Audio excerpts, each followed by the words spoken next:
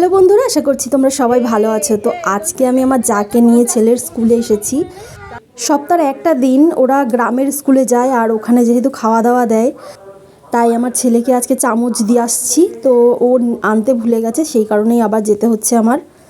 তো একা একা যেতে ভালো লাগছিল না, তাই আমি চলে এসেছি দিদিভাইদের বাড়ি। তো দিদিভাইকে নিয়েই যাব। আদিত্য রয়েছে ওখানে, তো দিদিভাই বলছে ঠিক আছে চলো দুজনে মিলে যাই। চলো স্কুলে যাই।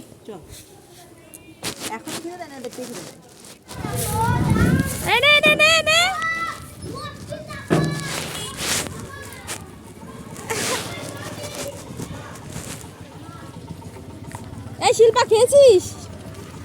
খাসনি? খেয়েছিস? সোয়াবিন দিয়ে। কেমন খেলি? ভালো।